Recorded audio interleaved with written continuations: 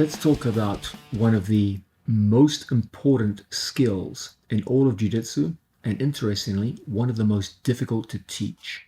I'll explain why. Why it's difficult to teach will tell you a lot about the very nature of the skill itself. The skill we're looking at is the skill of retaining your guard against resistance. The sport of jiu-jitsu is predicated on a pretty simple insight that whenever we work from bottom position, I always want to keep my legs between myself and my opponent. Okay, so if Mateus is working against me and he's in a top position and I'm in bottom position, one of the basic precepts of the sport of jiu-jitsu is that I always want my legs as an intermediary between my upper body and his upper body. Anytime my legs shift out of alignment and now there's no real barrier between his upper body and my upper body, warning signs are going off in the sport of jiu-jitsu. That gets worse and worse as his upper body gets closer and closer to mine, until a crisis is reached around here where my opponent has actually passed my legs and would have scored points, and you are now officially behind in the sport. So there's this basic demand in the sport of jiu-jitsu that our legs must always be between ourselves and our opponent. If that should ever fail to be the case, the first thing we have to do is bring our legs back in. The entire bottom game of jiu-jitsu is based around this simple insight. The more I can retain that situation or maintain that situation where my legs are between myself and my opponent, despite his best attempts to get past my legs, the more success you're going to have. Now, when we go to teach the skill of guard retention, there's two big ways in which we can do this. There's two schools of thought, as it were, on how we can do this. The first, and in my opinion, the most important, is a general theory of guard retention. I'll explain why I believe this is the most important way of understanding guard retention. Guard passing as a skill is one of the most dynamic and rapid moving of all the scenarios in which a jiu-jitsu player finds himself. If I'm working from my back and my opponent is standing over me, as he goes to pass my guard from here, things can happen very, very quickly. There's rapid changes in direction, movement as we fight, and there's changes from one side to the other. There's changes in levels where my opponent comes down to a lower level, and we find ourselves in situations where only one leg is controlled. Sometimes it's two legs controlled. And things happen very, very quickly, very, very rapidly. There's a lot of side-to-side dynamic movement. So it's difficult to teach jiu-jitsu in this context compared with, say, for example, an armbar scenario where you have your opponent bolted down to the floor and you're going through a step-by-step procedure to separate your opponent's arms and ultimately to break it. There are certain scenarios in jiu-jitsu where movement is tightly controlled, and as a result you can go through the more algorithmic approach to the skills involved.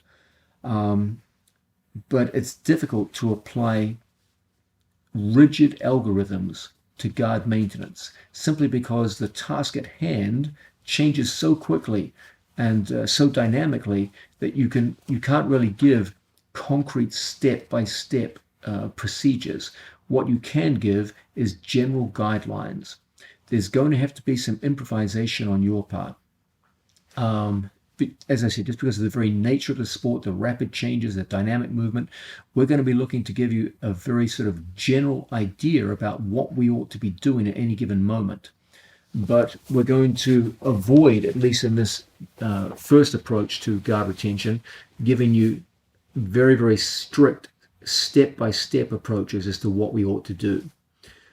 That's the first, and in my opinion, the most important form of understanding guard retention, to give you a set of concepts, a set of axioms that guide behavior with rules of thumb.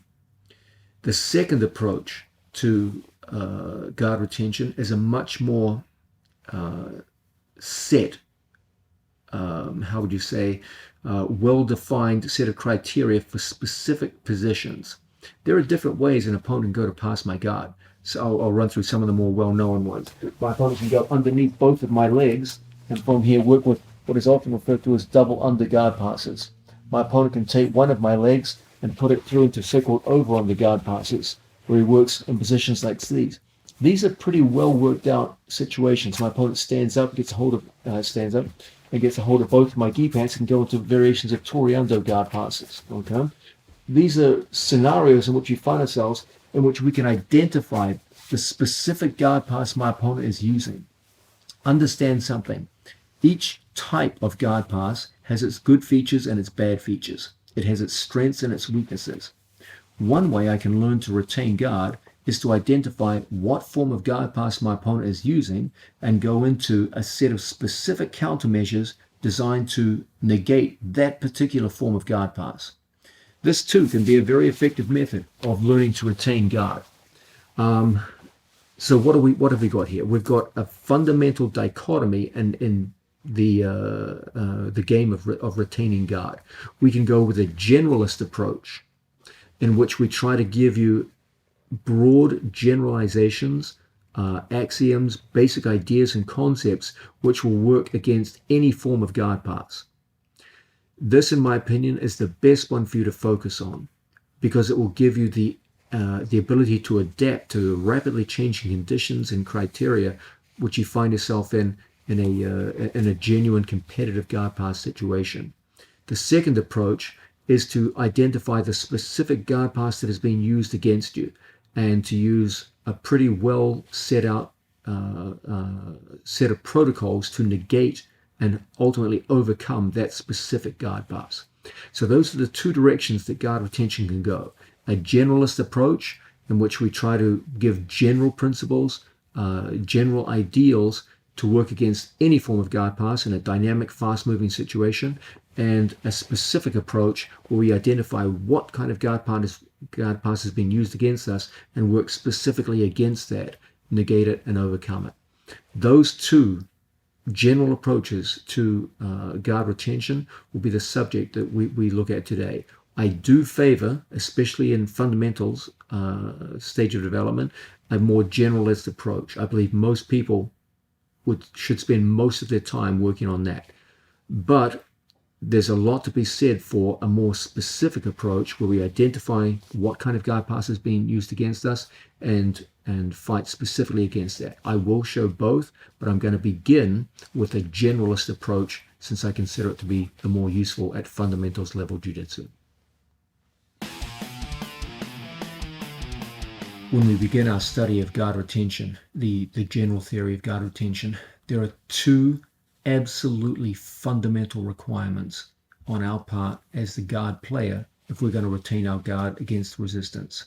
If we have an opponent standing over us or on TV, it doesn't really matter. Any time we're in a situation like this, the two most fundamental requirements on our part are movement and connection.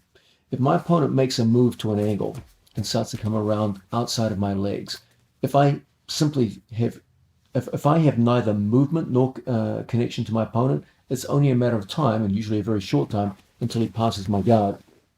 Okay?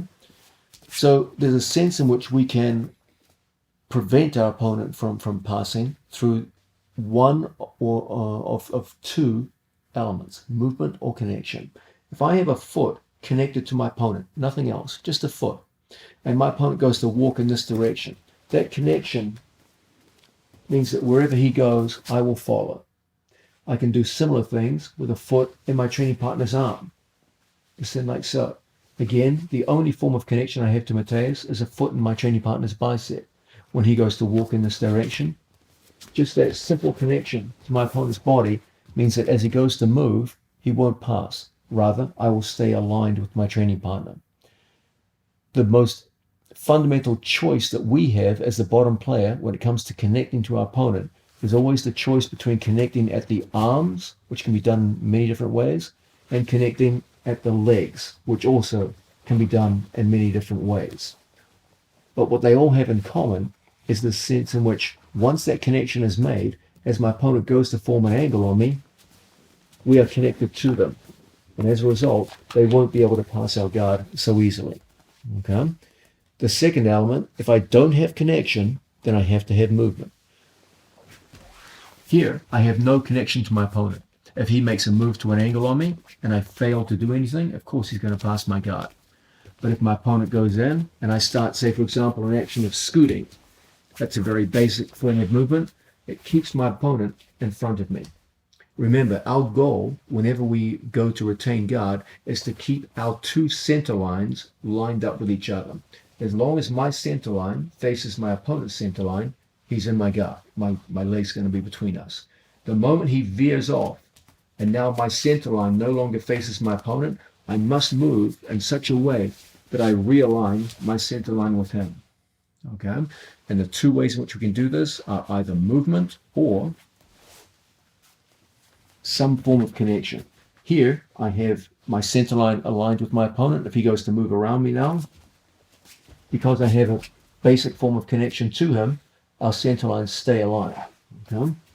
So in this sense, the two most fundamental demands upon us as the bottom athlete will always be movement and connection. I must have at least one of those two things, and preferably both of them, if I'm going to retain my guard against my opponent's attempts to get around my legs. Somewhere along the line, whenever we're in any kind of guard retention scenario, our primary goal is to work with the two concepts of movement and connection to put our opponent in a situation where he cannot easily blow past our legs and score points upon us. Now, presumably, if you bought this video, you already know guard retention is an important thing. But let's outline exactly why I want it to be such a big part of your development as a jiu-jitsu athlete. We have a training partner down in front of us. There's a sense in which if my opponent has a strong ability to retain guard, there's certain things that I simply cannot do as the top athlete, the passing athlete. If my opponent has strong guard retention skills, immediately he denies certain things to me. Most of the high percentage finishes when we work within the rule system, using the jacket and the gi, are upper body finishes. And as long as I cannot pass my opponent's legs, I will forever be denied access to the most high percentage finishes for gi jiu-jitsu. So if we're working here down on the floor and my opponent's doing a good job of tying in and I simply cannot get past my opponent's legs, the only kinds of opportunities for submission that I'm ever going to have are going to be lower body submissions. And as a general rule, the lower body submissions when we work with a jacket on are a somewhat less high percentage than those when we work without a jacket. Moreover, many of the defenses are augmented by the fact that my opponent can access my lapels, access my gi pants, and generally has, in some ways, not always, but in some ways, easier times defending leg attacks. So I've lost the entire category of upper body submissions, and it condemns me to only attacking 50% of my opponent's body. That's a terrible, terrible thing. In addition, not only do I get expelled from attacking the upper body, but I also lose access to the single most high percentage attacking position in the sport of jiu-jitsu, which is the back. Okay, if you can get behind people in the sport of jiu-jitsu, this is a huge, huge event. From here, you have a definite dominance in position. Okay, this is probably, all things considered, the single most dominant position if we're in a grappling situation. And as long as my opponent has his legs between myself and he, I can never access the back. Okay, I can't get to the upper body at all, and I can't get to the back in particular. So guard retention is such a big deal because my opponent, if he can forever retain his guard against my best attempts to pass, will always keep me away from the upper body and the single best attacking position in the sport. That's why guard retention is such a big part of your development as you go through the sport of jiu-jitsu. It's such a security on your part to know that you can keep your opponent away from the most high percentage methods of attack. There's other considerations too. There's some tactical considerations. If I do pass my training partner's guard, if I get some kind of guard pass from here and we work our way through and I score upon my opponent, this puts me in a situation where the rules of jiu-jitsu are such that my opponent is now in a points deficit. There is no referee intervention to ensure that I stay aggressive after I've gained a lead. So once I get to a situation like this, and I know I'm ahead on points, I can simply ride out the end of the match in this pin. No one's going to intervene. No one's going to take me out of position. I can just stay here. Even if my opponent did put me back in guard, I can now play a very conservative game inside my opponent's guard and just hunker down, stay in close, and just stall things out until time goes by. Okay, and it's very, very hard for my opponent now to go into attacks on someone who's gone into a deliberate stalling position where they've retracted their limbs and simply hunkered down until time runs out. Once someone gains a points advantage in the sport of jiu-jitsu, it's very, very hard to go to attack them from that moment on. Compare this to a situation where we're either equivalent in points or I'm behind. Now I need to take risks. Okay, if it's 0-0 or I'm down on points, I've got to take risks to win. And those risks will make me more susceptible to attack. So, for example, if I'm fighting hard to go in here and pass and he's fighting hard to go in for submissions, it's a dogfight now. And we're working hard to score points on each other. But if I already know that I'm ahead, I'm much more inclined now to take very few risks and simply knuckle down, tie down, and now I'm a much more difficult person to score upon. So as a general rule, the athlete who scores first, usually with a guard pass, has a significant advantage for the remaining time of the match. So that's just one more reason why guard retention is such an important skill in the sport of jiu-jitsu. Because if someone does pass out guard and gets up on points, it's going to be hard to pull back in the time remaining against someone who no longer has an incentive to actively engage us and take risks. So considerations like these really solidify this idea why it's so important for you as a developing student to develop your guard retention skills. But ultimately, the most important thing I want you focusing on with regards to the importance of guard retention has to do with the relationship between offense and defense in the sport of jiu-jitsu. Even though skills like pin escapes and guard retention are often seen as defensive skills, it's very important to understand that these defensive skills, such as guard retention, are a means to an end, and that end is always attack. The end study of jiu-jitsu is to create in you an attacking, positive athlete who goes forward to positively engage with your opponent and win in the most decisive fashion possible, which is submission. That's always the long-term goal. But interestingly, it's very difficult to get students to push towards that goal if they're constantly worried about taking risks. If I'm always worried about getting my guard passed and getting pinned, it's very unlikely that I'm going to engage in any kind of real risky behavior and attack my opponent in a positive fashion. So the first thing I always look to do as a coach of developing athletes is to get them very, very strong in guard retention and pin escapes. Because only when students are strong in these two areas will they have the psychological confidence to go forward and play a positive attacking game. When they have absolute faith in their ability to hold a guard for long periods of time, they will attack from the guard. But if they're constantly worried about getting their guard passed, they will have a tendency to hold on to the guard without ever taking a risk and actually going out and attacking their opponent. There's also a simple time equation here. If someone goes to pass my guard, it's going to take time for me to escape from a pin and get back on the attack. Notice that in the sport of jiu-jitsu, almost all of the high percentage attacks involve the use of my legs. So if someone has passed my legs and is pinning me, there are no real attacks from here. There has to be an escape first, and attacks are going to have to come after that. Now, if my opponent has any skills, he's going to be able to hold me there for a considerable period of time before I actually do get out. And only when I can finally bring my legs back between us can I now start engaging in attacks once again. So what happens is, if people are consistently passing your guard more often than they ought to be, you're spending too much of your time in these defensive positions from where offense is not possible.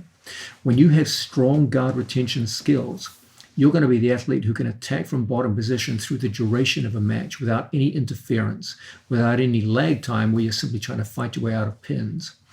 And these are the considerations why I put such a high emphasis upon guard maintenance in developing athletes. I always say to my students, as a beginning student in jiu-jitsu, your first two goals are always mastery of pin escapes, so no one can hold you down for extended periods of time, and two, guard retention, so that no one can put you in situations where you're constantly fighting out of bad positions rather than attacking from good ones. So let's be clear. Let's make your goal as a developing student in line with these: master of pin escapes and master of guard retention. Those are the first two goals that I always set for my students, and those are the first two goals I want you to set for yourself. Okay, we know that the bottom game in Jiu-Jitsu is entirely built around the idea of guard position. The idea is that if we're going to be in bottom position in any combat situation, we always want our legs between ourselves and our opponent, so we can use them in both defensive and offensive fashion to win from bottom position. That's the core belief of the entire sport of Jiu-Jitsu. We've seen that when someone goes to actively get past our legs, we need to use the combined effects of movement and connection to make that very difficult for them. The entire study of what we do in this guard retention program is going to be based around how we're going to move and how we're going to connect to our opponent in order to prevent them from passing. Now, there's a few sins in the sport of Jiu-Jitsu, which, like any sin, will get you in trouble. For example, back exposure. Okay, the sport of Jiu-Jitsu is extremely unforgiving towards back exposure.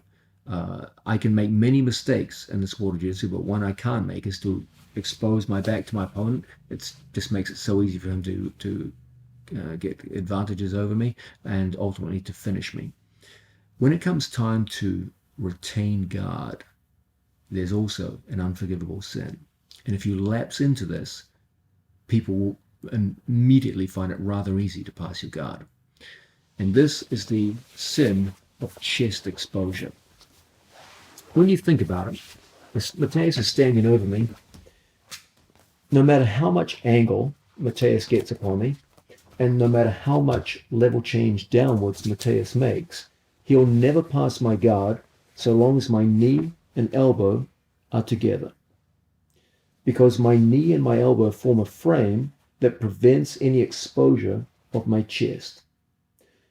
Guard retention is essentially the skill of ensuring that you never expose your chest to your opponent. The moment my knee and elbow start to drift apart, suddenly, as I present my chest to my opponent, he's going to start passing my guard. Okay? So everything that we do when it comes time to retain guard is designed to prevent my chest being exposed to his chest. Always, we want barriers between my chest and his upper body. So even as he gets into a good passing position, we want to form some kind of barrier, whether it be with the legs to prevent chest exposure, or a combination of legs and arms to prevent chest exposure, and in an emergency situation, even just an arm in itself. But there's always got to be something between his chest and my chest. Okay? We can never have an unprotected chest where there's nothing, no intermediary between my chest and his, and my chest now becomes exposed to my opponent. Always there has to be the combination of legs and arms, or even an arm in itself to prevent that chest exposure. If you focused just on that idea that you would never expose your chest willingly to an opponent, and you just had that simple mental conception in your head as you rolled and sparred with your opponents, you will find that fewer people pass your guard. It's that simple. Remember, ultimately, every failure to retain your guard against resistance is ultimately down to one thing. You exposed your chest to your opponent's chest. In some cases, it's also exposure of your opponent's knee to your stomach. So if my opponent comes around the corner, and if his knee goes to my stomach here, this too can count as a guard pass. But this happens on fewer occasions than chest-to-chest exposure. This is the vast majority of guard passes occur in this context. So whether it's chest-to-chest or chest-to-knee, we can never have that form of exposure. There always has to be this barrier in the way at all times. And those barriers are either my opponent moves to the side, my legs and arms combined, or in an emergency, just a hand by itself and just my arms.